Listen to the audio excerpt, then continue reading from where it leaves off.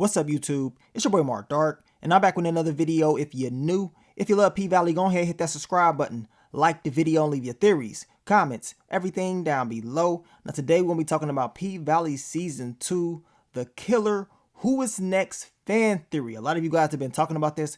A lot of you guys have told me, look, I should break it down as far as this whole killer game and what I think is going to happen next. So down below, I want you guys to let me know, between Wodie, Keyshawn, A Little Murder, do you believe any of these characters are going to end up getting taken out?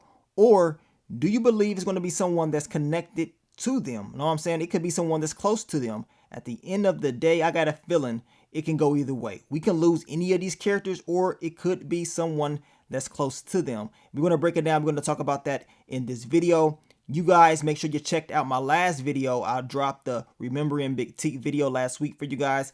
I know everybody's been waiting for the next episode of P-Valley. So we're going to start talking about it once again this week. Go over fan theories, characters, and get you guys ready for the next episode. But when we're talking about this whole killer game, we got to break it down. We got to go back to where it all started. Now, we know at the beginning of the season, Wodie, he told us the rules of the killer game. We know Rome has never played the game at all. And also, Rome was never the killer at all while they played the game. Now, Wodie explained that you wink at a person, 30 seconds later, they die. We know the first killer that we got was Little Murder.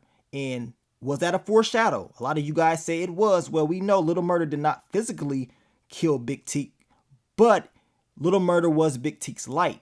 And once Big Teak realized that Little Murder had moved on, along with battling those many demons in his head, he decided to say, you know what? He didn't want to be here anymore. And he took his own life. Now, even though Little Murder did not pull the trigger, he was Big Teak's trigger, right? And that's why a lot of you guys were saying it was a foreshadow in the killer game, because we knew, you know, Little Murder meant a lot to Big Teak. Now, we saw at the end of episode 2, everybody that was a part of the game in the back of the hearse. And I believe, you know, it was shot like this for a reason. And when I saw the episode and we learned about the game, I'm looking like, okay, yeah, this is for a reason. Most likely it's going to be a lot of death this season. It's going to be some connections with these characters to death, right? And we know Wodie was driving, which I believe Wodie is a key character in this whole little fan theory. And we're going to talk more about him very soon. Now, the second little wink that we see is from Keyshawn. She gives one to Little Murder, right, on a little tour. And we see Little Murder. Of course, he's out of here. It's all a part of the game. Now, a lot of you guys have been talking about, y'all believe it's a connection between Keyshawn and Little Murder. And maybe we will see more of that as far as this whole game later on in the season. But what we do know is this. They both were killers. And as of right now, they are both alive, along with another killer, Wodie, right?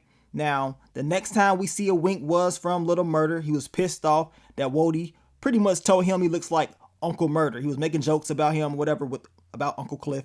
And we see the wink, bam. Now Wodie's out of here. So like I told you guys, Little Murder, he's been a killer. And as of right now, he has killed Big Teak in the game and also Wodie. And Keyshawn has killed Little Murder in the game. Then we get another wink, and it's by Wodie. And this time, Wodie is winking at Keyshawn. So now we have Wodie, you know, making his first killing in the game, which is Keyshawn. And we see Keyshawn, of course, she's dying and all the money. And during this whole scene, Wodie tells Keyshawn, you the biggest killer of us all, right? So that can mean a lot of different things. I believe as, you know, the episodes air out, we're going to see a little bit more of what's going to happen with Keyshawn. But she's going to have a very interesting ending, in my opinion. Now, after that, we see a wink and we see Wodie. But this time, it's different in the game, because this time, this wink is real.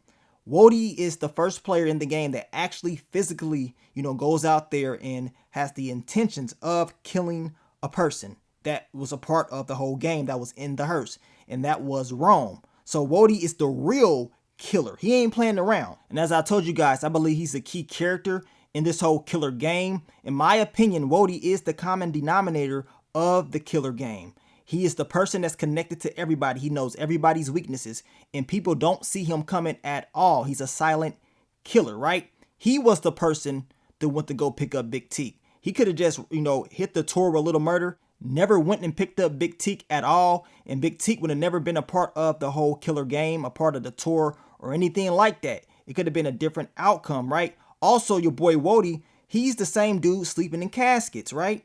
And it seems like he was very comfortable in those caskets. As I told you, he is connected to everyone. He is the only one out of, the people that play the game that actually went out there and executed a game plan to kill a person, which was wrong. And I believe Wodie is the most dangerous person playing this game because he's cool with everybody, even enemies of his friends. He's cool with Pico. He's able to get close to everybody, and everybody seems like they trust him, right? Keyshawn trusts him.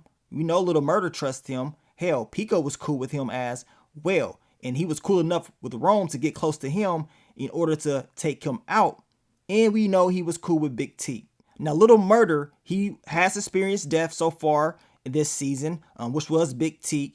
And I still believe death is in the air. We know he has Pico problems, and that problem is not going to go away until Little Murder decides to handle those problems. And maybe your boy Wodie will handle them for him. I guess, Wodie did state that he's good at handling shit. So we're going to see if that's going to happen. But I got a feeling that this whole Pico thing is not over yet.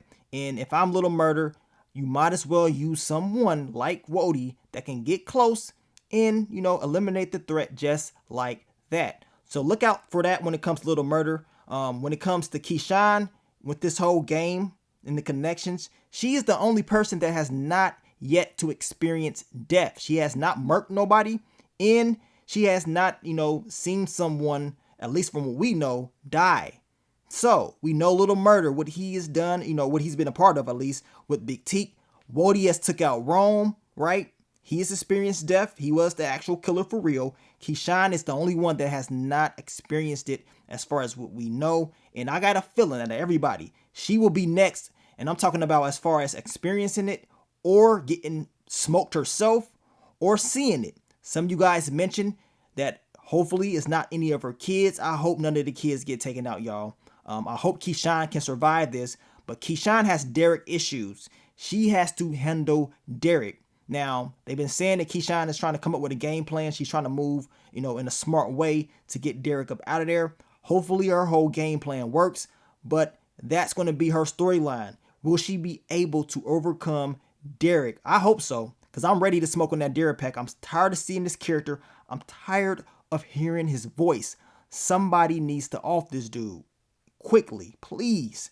Now, I did see some of you guys mention that Gidget, she got into the hearse. We saw her this season in that hearse.